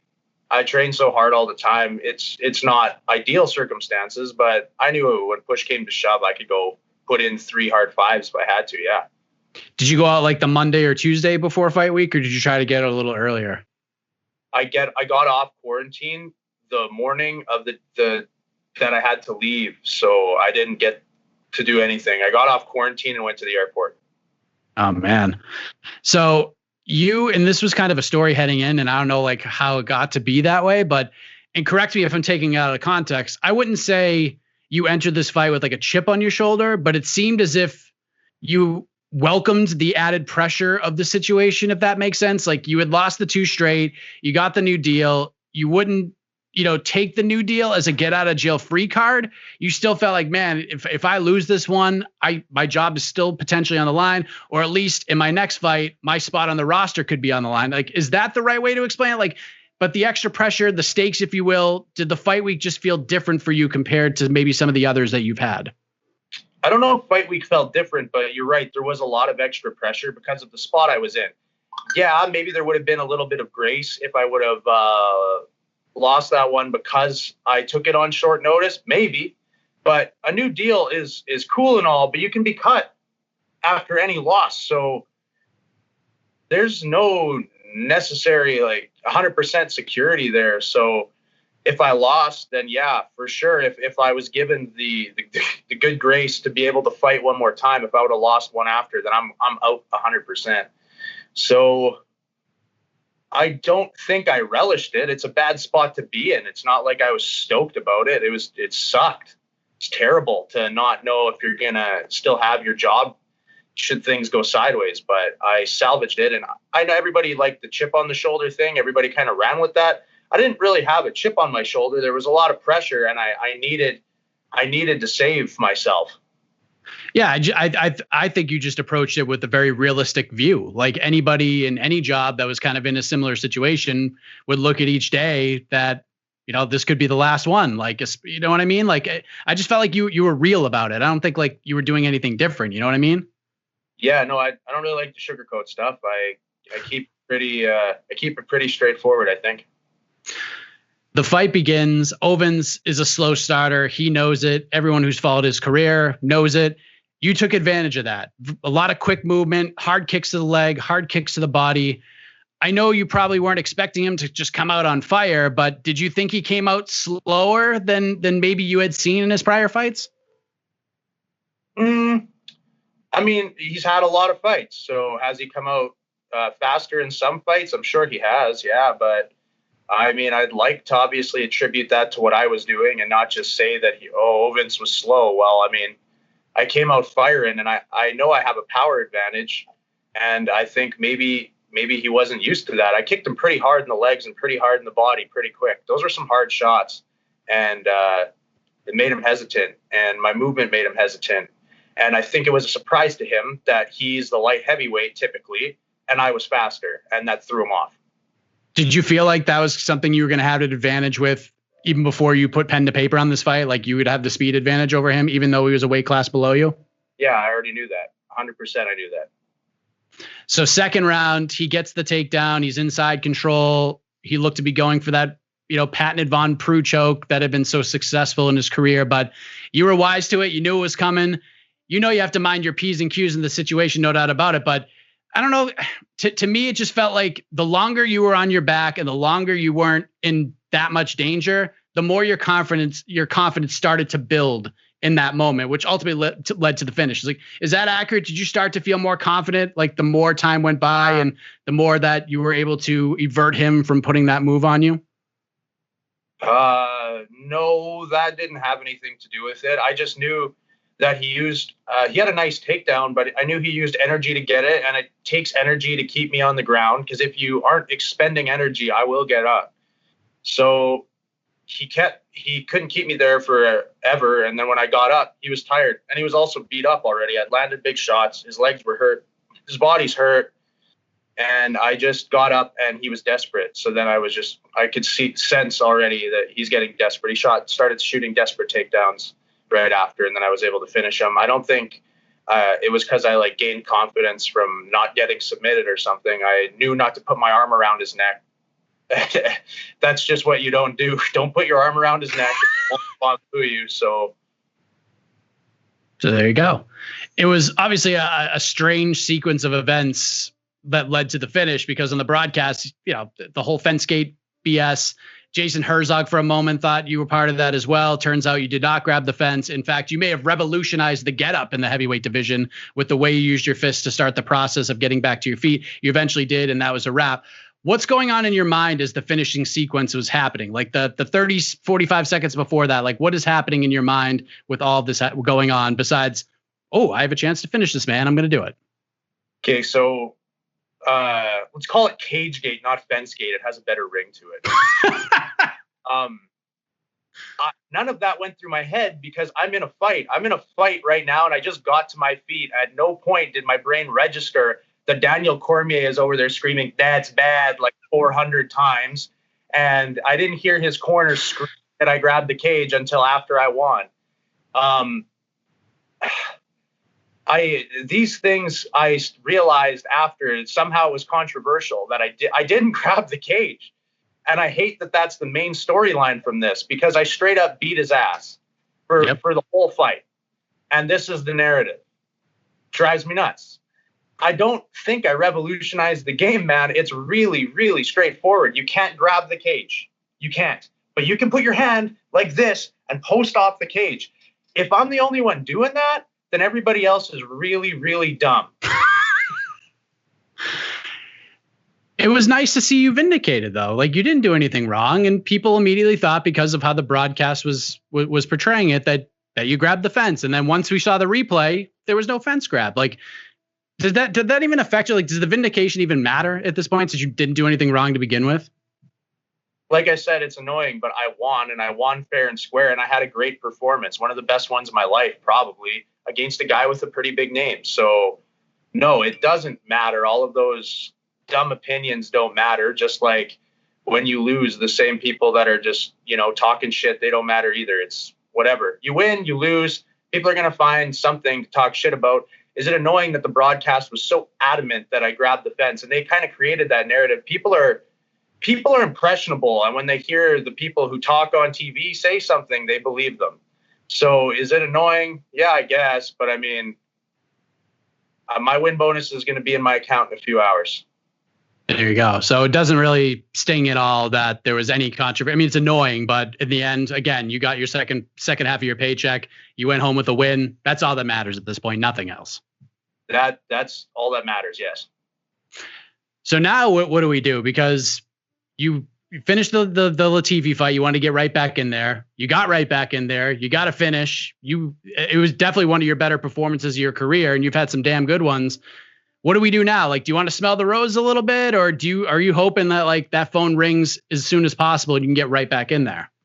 Well, I have a couple of weeks now in quarantine, so I will have basically spent 6 weeks now without a training camp, because I will have went to fight Latifi, had that week of, fight week where you train lightly, get a sweat on, blah, blah, blah. 2 weeks of quarantine after, another fight week that I trained a little harder at once I was at the PI, because I hadn't been able to train before. So blow your lungs out a little more, but still it's not that hard training. And now I got 2 more weeks of quarantine.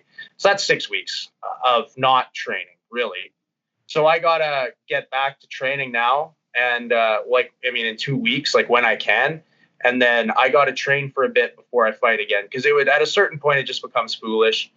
So I'm going to get back to training. I am going to enjoy a little bit of my summer.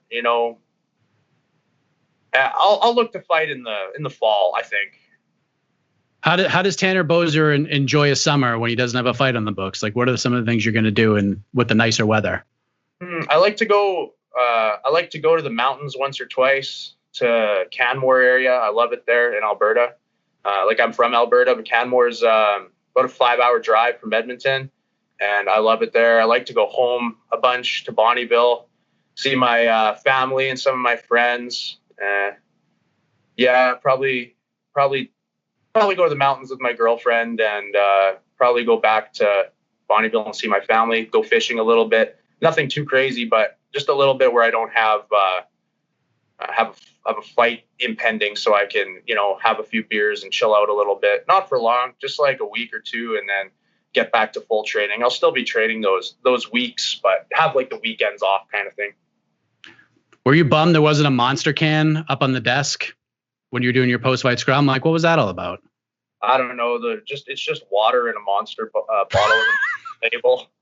I don't know what the point of that is. I don't know what they're promoting. Water. Just water. I thought that was hilarious. You're like, what is this? This is unbelievable. Last thing for me, before we came on here, there was some big news that happened in the UFC's heavyweight division. We found out that Cyril Gane, a prior opponent of yours, is going to fight Derek Lewis for the interim heavyweight title on August 7th. Were you aware of this news? And if so, how do you react to this surprising revelation? I just found out about it, actually, right before I got on the call with you here. Yeah, that's a wicked fight. It's awesome. Good fight to make, honestly. Are you surprised that they're doing the interim thing now, since after Francis won the title 3 months ago? I don't know why there's an interim. I don't know what the circumstances are. It's like, why is Francis hurt, or does he want? I don't know what's going on. I mean, I assume there's a reason, but either way, I like Gane versus Lewis. I think that's a great fight. I don't really care to get into the politics of the fight game that don't directly concern myself. That makes a lot of sense. How do you like? I mean, I know the fight just got made sort of official like an hour ago, so not a lot of time to like dive through tape and take a gander at it. But just kind of looking at it, seeing the names on paper, how do you see that one going down? Like, are you leaning one way or the other? Well, I'd lean towards Gane, but I mean, I'm biased. I fought him and he beat me like convincingly and fair and square. I think the guy's the real deal. But Lewis can one and done anybody. That's why it's such an exciting fight, and it's going to be 5 rounds. So if Gane doesn't capitalize on something and put Lewis away, that's just a little more time for Lewis to find him. So that's a great fight, and I'll definitely be looking forward to watching that one. There you go. And last thing from me, what sort of sticks out for your next move? Like, I know you want to enjoy your summer and come back in the fall, but is there any sort of name that sticks out to you that you want to get in? Not like a trash talky kind of way, but just this would be a fun fight. This gets me a step closer towards my goals. Yep, Big Ben. That's the fight I picked for you too. I like it. Why Ben? Just because it makes sense, or is there like a stylistic, sort of perspective to it that sticks out to you? No, it's just we're in the same boat, because I asked for Jared Vandera and I got a laugh in response just like he did. So I figured me and Big Ben are in the exact same situation here. I don't know what's up, but hey, we're in the same boat. We'll fight over who's the captain. Good win for Tanner Boser on Saturday. It kind of sucks. It's always tough being in a spot like that where you go out there, you have a great performance. That first round, he looks sensational. Goes out and stops OSP in the second. It's overshadowed with controversy. I don't think it should be overturned. Of course, we reported first on Saturday that Ovince Saint Preux and his team are appealing the TKO loss to Tanner Boser. And again, it has nothing to do with anything Tanner did. It had nothing to do with the fence grab or lack thereof, as we saw in the replay. It had to do with the referee, Jason Herzog, coming over, looking to make contact with OSP. And I will say, just kind of looking at it, and I reacted to this on Saturday, and people gave me a whole bunch of crap about it. I was like, Jason Herzog, didn't really do a good job. And people were like, oh, how dare you accuse Tanner Boser of cheating? I didn't accuse Tanner Boser of cheating or grabbing the fence at all. I thought Jason Herzog went in, made a move, a judgment call, if you will, and then he changed his mind. And in this sport where things move so fast, you can't do that. Like, if you're going to go in there and call a pause to the action, you have to go through with it, follow through with the pause. You can't just say, okay, pause. No. You know what? Never mind. Not saying that's exactly what happened here, but that is the gripe OSP has. And if you watch the fight, I don't really blame him for filing this appeal. I don't think it's going to get overturned, but it's worth a shot. I think he's got a little bit of a gripe, and I think Jason Herzog made a mistake. There you go. I think he made a mistake. It happens. He's human. I'm not here to crucify him. I'm not. But it deserves to be mentioned as part of the story. But again, nothing to do with Tanner. No fence grab. Dude gets up, gets the finish, got a great win, and now he's on to possibly Big Ben Rothwell or somebody else as we move ahead to another big winner from this past Saturday. First UFC submission win for Julija Avila. Let's hear from her right now on What the Heck. All right, let us welcome back one of our favorite guests of the show. She got back in the win column on Saturday with a third-round submission win over Julija Stoliarenko at UFC Vegas 30. Let us say hello once again to, I guess we should call her submission specialist, Julija Avila. Is that what we're going with, Julija? How are you? Competitive snuggler. Competitive snuggler, Julija Avila. That's right. And now you get the cauliflower ear to match that moniker. Yeah, look at that. How long did that take to acquire? 10 years. 10 years I've been doing this, and I finally got my cauliflower ear, and I'm very excited about it. That's a big moment for you, as well as a big moment for you on Saturday. Congratulations on the victory. First submission win of your career. How about that? Like, that's your second? Mm-hmm. My first one was an armbar. Oh, when was that? It was against, it was on an HD MMA. It was like a minute something. But yeah. Oh, okay. All right, first UFC submission. UFC submission win. Okay, there we go. But how does it feel being back home, not just with the win and a finish, but you got to answer some questions at the same time by forcing a little tap? Yeah, a lot of people don't know this, but I train more on the ground than I do stand up. So like it's, that's my bread and butter. That's what I feel I should be known for. But I hit pretty hard. I knew she was going to be durable, so I knew I wasn't going to knock her out. So I guess I had a subber. I mean, as expected, it was as advertised. The fight was very exciting. Julija, like you said, is such a gamer. You busted her up early. As you know, she has bled many times in her career, was part of one of the craziest fights we've seen in the last 18 months or so for Invicta. How much fun did you just have in there with somebody like that? Oh gosh, I knew I was going to have so much fun. And actually, so one of my coaches told me this, that in between rounds, I think the first and second round, the doctor asked her, are you okay? And she said, I'm having the best day of my life. Just blood, right? And he came up to me and he's like, you bitches are crazy. And I'm like, yeah, I know. And it's absolutely awesome. She was so game, and it was such a fun fight.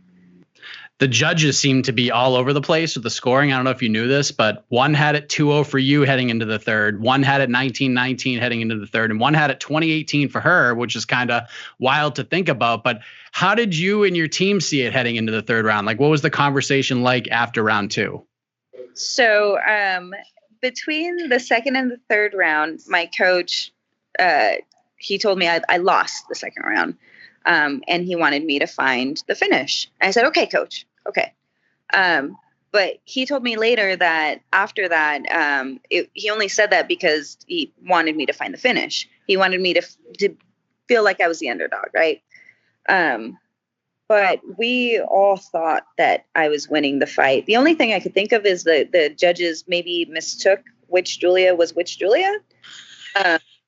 I hope that never happens. Like if I ever fight Juliana Peña, like that's, we got to make sure that they get the right J's. That's crazy. And then, you obviously the advice worked. You come out in the third, you get that finish in the final minute of the fight, and the emotions just flowed right out of you. You could see this tremendous weight lifted off of your shoulders. Like, how would you describe what you were feeling in that moment after she tapped? Just overwhelming relief and happiness. It was everything. I'm a very emotional person anyways. I wear my heart on my sleeve. It's just, it was worth it. It made everything worth it. And I felt like I made everyone proud. And then you give DC a big old hug, and then you apologize after for hugging him because of the blood and such. Very cool moment. There's just not a lot of fighters that are like you, Julija. Between that and then hugging Stoliarenko at the face-off, her reaction to that was absolutely priceless, by the way. You really are a raging panda. Like, you live that moniker to the fullest, do you not? I mean, that's why they gave me the nickname. Like, I may be nice and cuddly, but I'm still a fucking bear. So you were telling DC after, because he asked you sort of about the emotions that you were experiencing, and you had gone through a lot, throughout this year between, losing the fight with Julija originally because of the weight cut and everything that happened with that. And then we found out that you got kicked out of your gym. You mentioned that as well. Like, like, what happened there? They just kicked you out? Like, you just went to the gym being like, hey, let's go train. And then they unceremoniously asked you to exit? Like, what happened there? Are you okay telling that story? There was a lot of ceremony to it. It was actually less than 24 hours after my fight got canceled.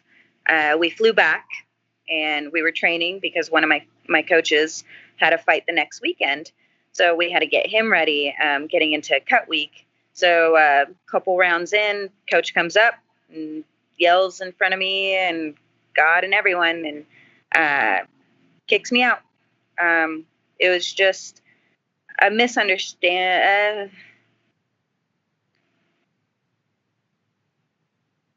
He believes something that isn't true. And there was a lot of people that saw what I think is true, and they left with me. And so, I opened up a gym for my people, and it was actually a group of us. It wasn't just me. It's not just me. It's a lot of us. So we all went through huge changes. It wasn't just me. I know a lot of people watching, a lot of our students that were watching felt the same relief and emotion that I did as soon as I got that win. Was there, I mean, was it a long time coming, or did it like kind of take you by surprise? It was from an injury that wasn't my fault. We do a combat sport, and I don't mean to hurt people. And I didn't do anything wrong. And so, it was just misunderstanding and stories made up in their own heads. Yeah, the sport is great, and it can be a little rough at times too. But you mentioned it, as painful as that must have been for you. You got to bust down some new doors, Julia. Outsiders Combat Club. This is such a cool name, by the way. It resonates perfectly. This is a very big deal. And can I just add that this came together very, very quickly? I mean, I know you had a group of people that kind of followed you out the door, and you guys just became this outsider clan. Like, how did this happen, and how did this happen so quickly? So from 2 weeks from when we decided on the name and the location and the people, it took 2 weeks to open a gym. Why? Because my husband and I actually had everything. We've always wanted to open up a gym, and he's here, my husband. And so we had everything in our garage, in our home. Actually, our home is very empty now. It's like, hello. But here, do you see that?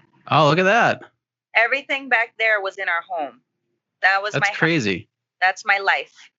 That's everything that I wanted, everything that I've always wanted. I've always wanted to be a gym owner, and only because I want to be a positive influence on people's lives. I want to change lives. I want to be remembered for the good that I did. How many people are actively students there right now? Do you have like a whole crew? Because it looks like in the pictures, it's like, wow, this is pretty amazing. Well, I think we have about 80 students. Wow. Yeah, adults and children. So, we quickly outgrew this space, and I think we're going to stay here for a little bit longer. But I can't wait to just develop it more and have more offerings and more classes and devote more of my time here. And raise my kid here. One day, I'm going to have a kid, and I'm going to be able to coach my kid on these mats, which is just surreal to me. A little panda. Yeah, my little baby bear. So, I mean, as unfortunate as that whole situation with the old gym was, it was kind of the push you needed to really ramp this up, right? Yeah. I would have still been there if I wasn't kicked out. There was a lot of back and forth that happened behind the scenes, and I'm thick-skinned. I can take that. I didn't want anyone else to take that kind of mental abuse. So I was going to stay. I would have stayed, but I didn't have a choice. I was forced to leave. So now you got this new gym, you get your first UFC submission win, and I saw you were already back lifting at 5 a.m. this morning too. You're fully ready with rash guards and all, training again today. You are such a machine. Where does this all come from? Like, you just had a war 48 hours ago. Yeah. Well, like I said, I want to be a positive influence, and no one ever wants to be the couch potato. No one ever looks at someone that's just like laying there and say, oh, I want to be that person. No, it's someone like, you want to be motivated. You want to move. You want to like live your life to its fullest extent. And I want people to look at me and say, I did this because you said I could. Did you at least smell the roses yesterday when you got home? I mean, as I ran by them.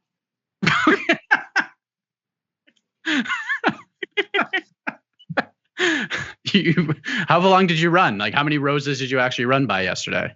Gosh, okay, so I didn't run. That's a lie. I walked. My husband, he forced me to walk, but it was still lovely and wonderful.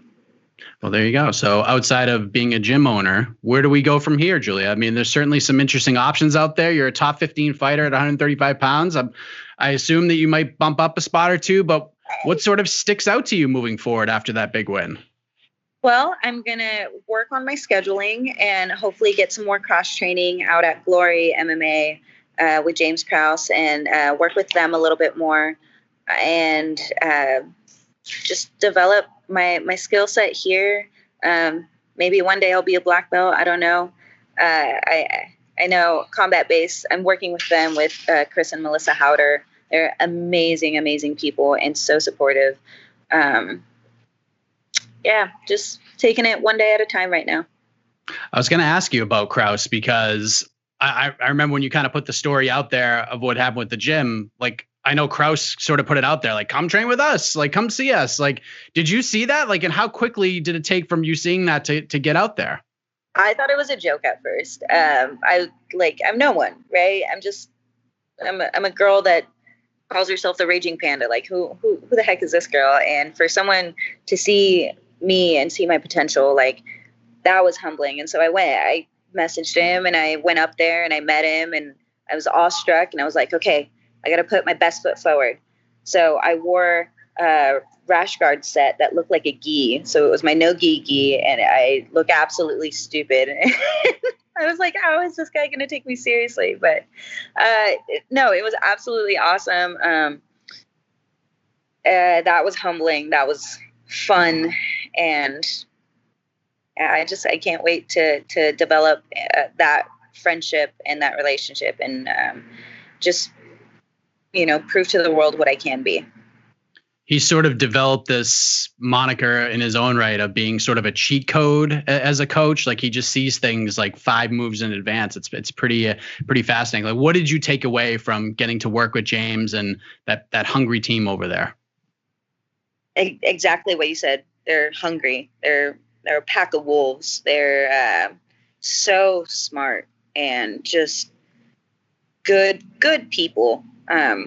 They're exactly what I want to develop out here at Outsiders. And I think we're on the right path. There you go. Well, very happy for you, Julia. That was an excellent win. You have been through a lot. And like I've said before, it's nice to see one of the good people in our sport have a great moment like that on a national stage like that and a global stage. So congratulations to you. Looking forward to seeing what's next for you. Any parting words for the peeps before we say goodbye? Just thank you so much, Panda Nation. Thank you so much for believing in me and being on my side through thick and thin. And I hope that I have earned your hearts and you guys stay on this journey with me. So I appreciate you. Please like, follow, subscribe on all social media platforms at Raging Panda MMA. I'm very active on Instagram. I'm a visual person, so it works for me. But yeah, hit me up. Thank you. No doubt about it. One of my favorite people in the sport, Julija Avila. There's just no other like her. So congratulations to her for the big win. Happy for her, her husband, her whole team, and the new gym. Just big weight lifted off her shoulders. A lot was going on in her life, and went to Vegas against a tough opponent and got it done. But we're getting ready to wrap up the show. Big thank you, as always, to all of you watching and listening to the program. Big thank you to the guests. Big thank you to Casey Lyden on the production each and every week. Big thank you to Jose Youngs and Alex Savas on the graphics and the social media stuff. And guess what? We're going to do it again next week. But until then, have a heck of a week, everybody. Enjoy a weekend in the United States. You have a long weekend with the 4th of July, Independence Day weekend. And for those not in the United States, enjoy a weekend to hang out and do something besides watch fights. It's nice to have these kinds of weekends once in a while. But again, have a heck of a week, everybody. We'll leave you with my chat with the one atomweight champion, Angela Lee. All right, let us say hello to the one atomweight champion, Angela Lee, who has had a lot going on in her life since we last saw her regain her title in October of 2019. She has become a mom, and now, as you can see in the background, she is on the road back to competition. Angela, great to see you. How are you? I'm doing great. Thank you so much for having me. Absolutely. So first things first, how is parenthood? How have you enjoyed being a mom? I'm a veteran of 8 years at this point. How have you been enjoying the first few months? It's amazing, honestly. Just filled with so much happiness, more than I could imagine. Each day is something new. My daughter, she's just started to babble, finding her voice. So she's making all these cute sounds and noises. And I love it so much. Parenthood, as you can attest to, it changes you in a lot of ways, right? Like I know fighters talk about it a lot, like it's extra motivation to win and compete, but it's a lot more than that. Like it changes a lot of things. Like have you noticed a big change in yourself in general, a more, I guess, tunnel vision approach to everything in your life? Definitely. Now, me and my husband, our whole world revolves around Ava, and everything we do is all for her now. So I just started to get back into training, and it is not easy. It's been pretty rough. My body is not the same as how I remember it. And so I'm just trying to, take things slow, one day at a time. But some days are harder than others to get myself on the mat. But I just look at my daughter and I remember that I'm doing it for her. Well said. Yeah, it was about a week or so ago. I think you posted that it was your first day back at the gym. You got to train with your dad and your sister Victoria, your brother Adrian. And it's like anything you get back into after a bit of time away, yeah, there's like some familiarity, sure, but you got to build back to where you were. So like, how would you describe the first training session back? Like when it was over, what were you feeling like? Honestly, overall, I was so happy to be back. The gym, it's like my first home, really. So everything feels really natural. It's just my body. It's like I was so sore, and I was just not used to, training. I mean, it's been almost a year. So it's rough, but luckily I have a great support system over here, and my dad, who's my coach, he's like, hey, don't put any pressure on yourself. Just take it easy, and we're going to ease you back into this.